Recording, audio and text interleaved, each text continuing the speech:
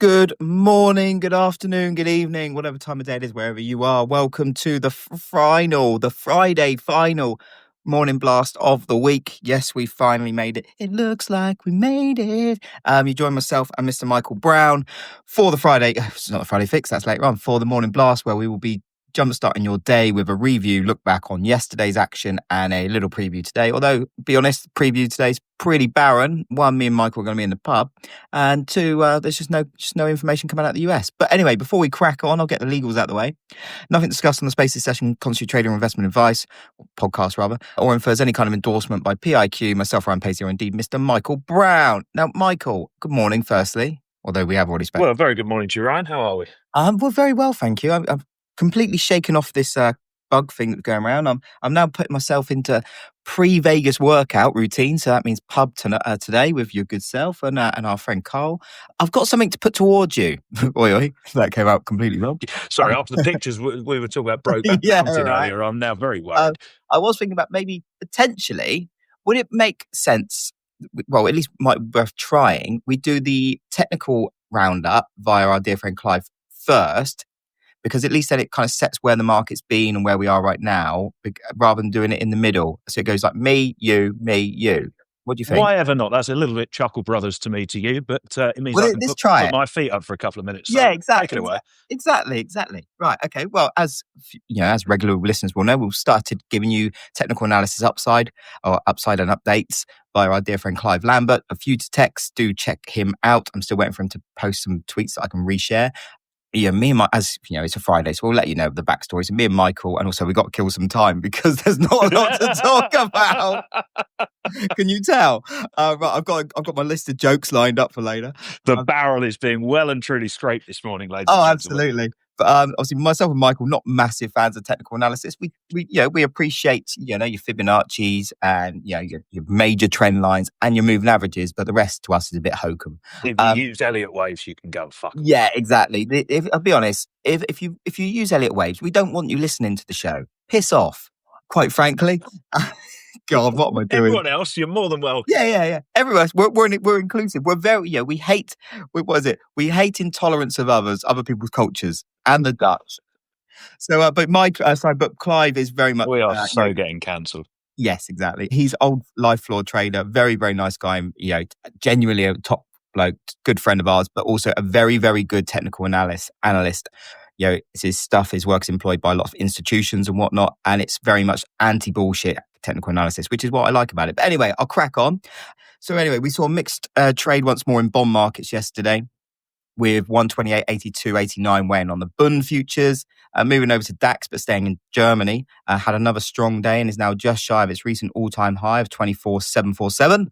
Usual caveat, looking at futures here, not the cash market. So when you're kind of on your Pepperstone account, make sure you're regarding the futures price, not the kind of the CFD price, whatever it is over there, spot price. On the downside, 24,471 is support level to watch today. FTSE put in a weak session after hitting a new all-time high in the morning trade. But the Marabuzu support, it sounds like some kind of African bird. Apparently, I think it sounds like an African bird to me, but as in bird with feathers, not just some bird. The support there at 9,461 held firm. US indices, they eked out new highs except for the Dow, but it was a bit of a mixed day given the barren economic calendar. Gold, silver saw some selling, but followed that. That's just recent movements after the price discovery mode or decent recovery into the close. Clive remains 100% bullish apparently, despite a couple of doji candles appearing on the daily chart. LME copper that made a new 18-month high. Weakness in oil markets continues and strong support areas buckling and creaking under pressure. Weaker tone continued in European nat gas as well. The old Henry Hub, my old friend, tore a few eyes out yesterday with a rally to free spot 585, which has then given some back. So on the Henry Hub side of things, which I know a lot of people are starting to keenly watch natural gas, what you do in your lives if you're doing that, do yourself a favor, avoid. The Fibonacci level that everyone seems to be watching is free spot 453. And that's it from Clive. So that's it. We'll see how that goes. Very good. Thank you, Ryan. Where am I? Well, don't thank me. Thank Clive. Really. Well, indeed. We both know you haven't got a clue what any of that is actually means. Do you know what? It's bizarre because obviously, as I used to trade. I don't trade actively or even remotely at all anymore, and I haven't done for quite some years, and I've never been happier. I used to be able to barrel off price numbers like, without even thinking. Now I'm actually sat there going, 3, spot, 4, 5, 3. I'm like, what has happened to me? Look, don't get me wrong, get me in the jam pot, and I'm still using hand signals to order pints, but I can't actually read. I can't actually read numbers anymore. Oh dear, you do get out of the swing of it quite easily. Anyway, let's crack on. I don't know why, because I actually don't really have that much to mention this morning. And that's the end of the show. Do you know what? The biggest news of the day? I am actually in the office on a Friday morning, and I can see Mr. Rich Bernard listening in. Why is that? Because I need to leave at about 11 o'clock to come and see you. Yeah. No one else needs to know that. Oh, yeah, shit. Sorry. As I wrote in my note this morning, if my boss is reading or listening, I'll be glued to the desk for the ISM services survey later on. Anyway, in terms of developments from yesterday, there wasn't especially much going on. We did have a few headlines on the trade front. Apparently, Japan are looking to arrange a visit from President Trump on the 27th of October. Of course, this comes around the summit, the Asia APAC summit that he's going to be attending in South Korea. He will be meeting President Xi at that summit. It looks like there's going to be quite a heavy focus on trade towards the end of the month, so do keep an eye on that as we get nearer to the time. Also, speaking of President Trump, according to Reuters, citing sources familiar, President Trump is reportedly considering taxpayer rebates of between $1,000 and $2,000, which would be funded by tariff revenue. Of course, this would be quite inflationary, to say the least. Yeah, right. If we learned nothing. Exactly. You wouldn't be at all surprised, though, if this came in, like, let's say, end of Q1, early Q2 2026. Why that timing? Because it's about 6 months before the midterm elections. Everyone gets a check with President Trump's face on it. Guess who they're more likely to vote for in those elections. Anyway, we will monitor Sorry, I need to stop you there. Sorry, just need to stop you there. Hi, Zach. Zach's finally tuned in. Oh, Zach, good morning. Very good morning to you, Judith. Hope you're well. Where was I? Just a reminder, we record this live if anyone's listening on the podcast version. Also, what is going on with Zach's picture there? It looks like, well, quote book, Michael, quote book. We won't say what your original Podbean picture was. Oh, fuck, I'd forgotten about that. It is all going to pot this morning. It's Friday, we've had a coffee.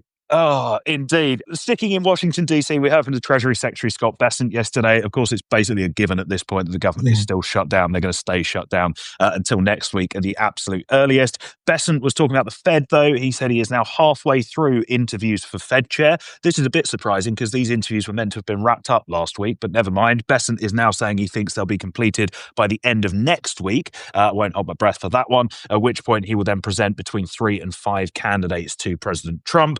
Bessent was also talking about China. He said that the next round of talks with China should show, and I quote, a pretty big breakthrough. Again, I certainly won't be holding my breath on that front. But just going back to the Fed very briefly, we also heard from NEC Director Kevin Hassett yesterday. He was saying that he hasn't yet had a formal interview for the Fed chair role, but that he wants the Fed to keep cutting rates aggressively. Well, of course he does, because he's basically Trump's stooge.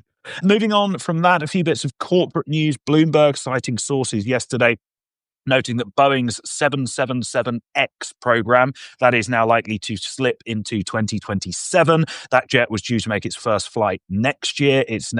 Fly commercially for the first time next year. That's now likely to be in 2027. And as a result, Boeing could be taking an accounting charge of up to $4 billion due to this delay. Of course, the jet is already 6 years late, but it looks like Boeing, which has been embattled with numerous issues in recent years, is going to be encountering even more turbulence in the months and quarters. I was waiting for it. For a split second, I thought, has he forgot to do a Boeing pun? Never. I'd never let you down like that. Thank you. Sticking with the corporate sector, ProPublica, not overly familiar with them, but they were reporting yesterday that SpaceX has reportedly been taking money directly from Chinese investors. I'm sure that's going to go down brilliantly in the White House. Also, in terms of the corporate space, Perplexity, the AI company, they are now looking to make their AI native web browser, whatever the fuck that is, that will now be free, whereas previously it cost $200 a month. You're the product, Michael. You're the product. Well, also, who the hell is paying $200 a month to get on the internet? That strikes me as utterly mental. It's a bit like people that pay for porn. I've never understood it. Oh, God. Oh, no. Moving on very quickly. That was Business Insider citing sources. And I'll wrap up because there isn't really a lot going on. I'll wrap up for this little recap of yesterday with 3 stories from here in the UK. The first is that we had a week ish 10-year sale yesterday. The bid to cover was 2.78%, which in itself isn't too bad, but I think there's three issues here. One is that it was the lowest since the back end of 2022. The second is the direction of travel, which is that demand for gilts is falling and declining at pretty much every auction that is held these days. And thirdly is that this lack of demand is not just isolated to the longer end of the curve anymore. It looks like we're actually seeing waning demand in the belly of the curve as well. And the reason that's important is because it makes it much harder to explain this away as being, Right. structural factors, changing composition of the gilt market, pension funds don't need as many gilts anymore, et cetera, et cetera, et cetera. This now feels a little bit more like investors starting to vote with their feet a little bit. Yeah. And actually, Helen Thomas from Blonde Money pointed this out recently, that as we move through the next couple of months, we have a hell of a lot of fixed income supply and big events. Of course, you've got a budget that needs to be done in Germany, you've got a budget that needs to be done in France, you've got the budget here in the UK, and you've got the US issuing treasuries like there's no tomorrow. It does just, that degree of supply does raise a question as to how the market is going to absorb that. So I think that's very well worth watching. Yeah. And just a shout out to Helen, good friend of both of ours, incredibly well kind of versed in that overlap of politics, treasury market, well, the treasury as in HM treasury, and gilt markets and such like that. So definitely worth a follow if you've got an interest in UK politics or economy. I would very much say a sort of must read as we move towards the budget on the 26th of November. Absolutely. And actually, speaking of that budget on the 26th of November, of course, today the OBR will be transmitting their first pre-measures forecast to the Chancellor. This is ostensibly a private exercise, but expect that it will be leaked within about half an hour of it landing somewhere in the Treasury. That will give us the first official idea of how deep this fiscal black hole is likely to be. Estimates are somewhere between 30 and 35 billion pounds. The Sun, quality outlet that they are, reporting this morning that the... Oi, don't forget your roots. Page 3 or whatever. The Sun have been reporting the OBR. They are looking to end the assumption that the 5p fuel duty cut will be reversed in a year's time. Now, to anyone who's not in the UK, that probably makes no sense whatsoever. What's been going on here is that since 2011, so that's 14 years ago now, 15 fiscal years, there has been a quote-unquote temporary 5 pence in the pound cut to fuel duty in the UK that will last for 1 year. And the OBR have assumed that that will last for 1 year, and then in the following year, 5p will be added back onto fuel duty. Well, it's become pretty much a given at this point that 5p fuel duty cut will be rolled over every year at the budget. And again, very much in keeping with the idea of this productivity downgrade, the OBR have kind of got to the point where they're going, well, this is basically permanent. We're not going to, carry on with this creative accounting to make it look like you have more headroom than you do. And they're basically going to turn around and say, well, this has been a temporary thing that's lasted 15 years. In our mind, that's now permanent. And just a bit of rough back of the envelope maths, that will probably add between 1 and 1.5 billion quid to the black hole that Rachel Reeves needs to fill, which is wonderful news for us all. But I will end this segment, at least, with a bit of good news here in the UK, which is that seafood specialist Prince's, thank you to Tom Wiseman for flagging this news a moment ago, they are preparing a £1.5 billion listing on the London Stock Exchange. This IPO could happen. Whoa, what? Sorry. October. I swear I thought I heard you say a listing, an IPO. I did say a listing on the LSE as soon as the end of next month. Oh, the vapors. Well, I've got to be honest, there is something a little bit fishy about this one, don't you think? Fuck off, we'll take it. We'll take anything at this point. Bit that may have gone over your head. Oh, I hate myself. Right, move on. It's just a red herring, mate, don't worry. Oh, stop it. Done up like a kipper. Right, stop carping on, let's move on. Right, tune it in for the overnight news roundup. Oh, my God. Right, I'm drawing a line under it. Right, no more. Come on, hurry up. Go on. What? I'm not going to say anything. I'm done. Okay, sorry, right, on that bombshell, let me cast the net over the headlines by our dear friend Zach Eisman. So as usual, do follow Zach for it being the overnight news headlines being dropped into Twitter. Also follow our Substack for it to go straight into your inbox. But here's the highlights. Macro news to start, as usual. Trump threatens workers as shutdown drags on. US President Trump said federal workers could be fired and projects cut if the government shutdown continues, even as he floated the idea of Americans receiving rebate checks from the tariff revenues. Trump is also considering $6 billion of more in aid to US farmers as the agricultural sector warns of economic fallout from his far-reaching tariffs. BOJ rate hike odds slip after Ueda speech. Bank of Japan's Ueda refrained from explicit language, confirming an October rate hike is a done deal. That obviously pressured the yen. He noted that the Tankan survey supports the BOJ outlook and they'll keep gathering information towards the October meeting. Money markets now price a 55% chance of an October hike versus 70% implied earlier in the week before Ueda and Yochida's speeches. Japan's unemployment, that rose 2.6% in August from 2.3% in July. Sorry, rose 2, not rose an extra, above the 2.4 forecast. This is obviously while the jobs to applicants ratio dipped to 1.2 from 1.22. Moving over to Europe. European political pressures build. French PM Le Cornu will meet lawmakers Friday, attempting to muster political support to pass next year's budget. Oat futures, which is French government debt, French bond markets, their futures risk extending underperformance versus German peers if he struggles to make progress.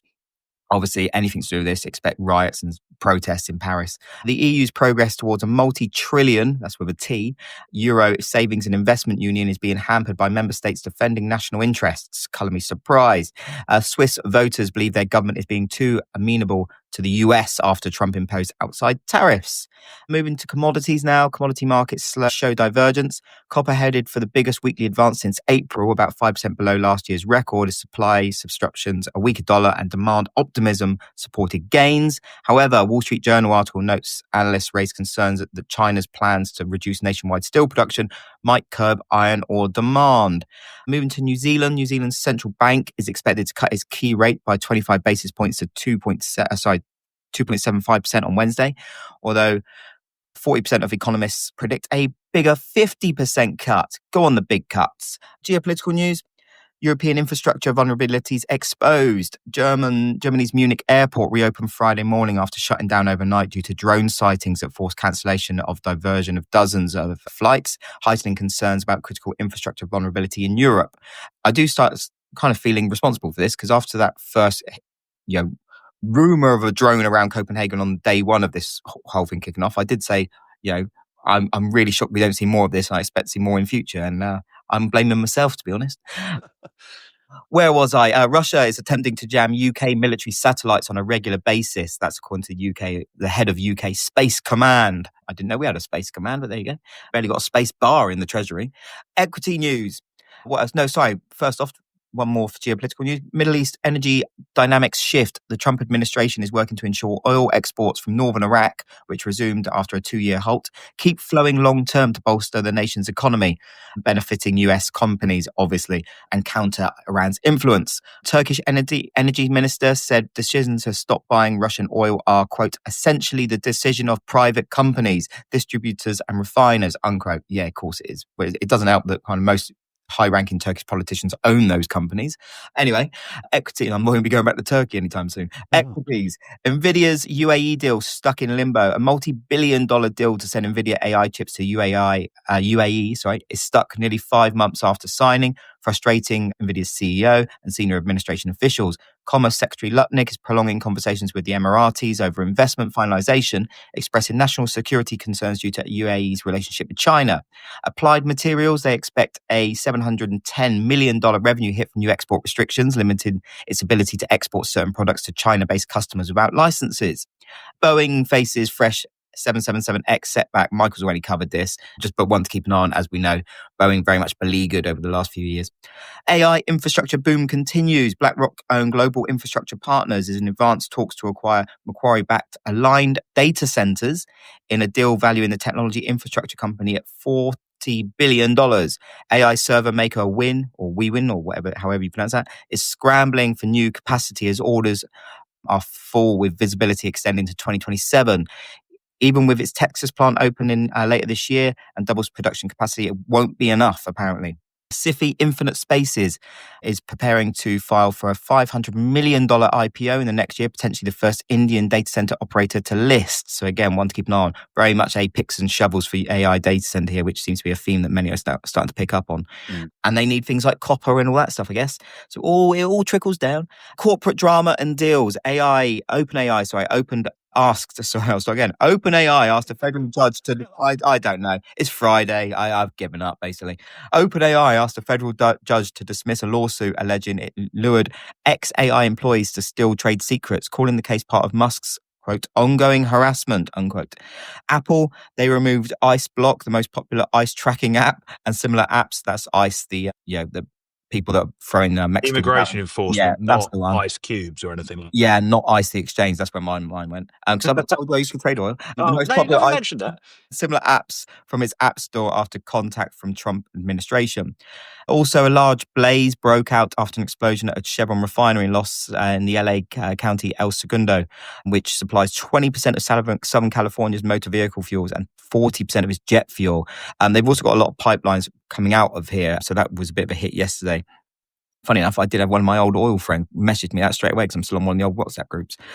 But again, want to keep an eye on that, and especially because this could have ramifications, mainly because the very left-leaning and kind of, well, I will use the term woke, kind of people in power in California have been very much shuttering down their kind of California's domestic refineries, etc., because obviously it does almost operate its own country. So it's one to keep an eye on there because they could be up the shitter with this one. Tech partnerships solidify. Google and Comcast.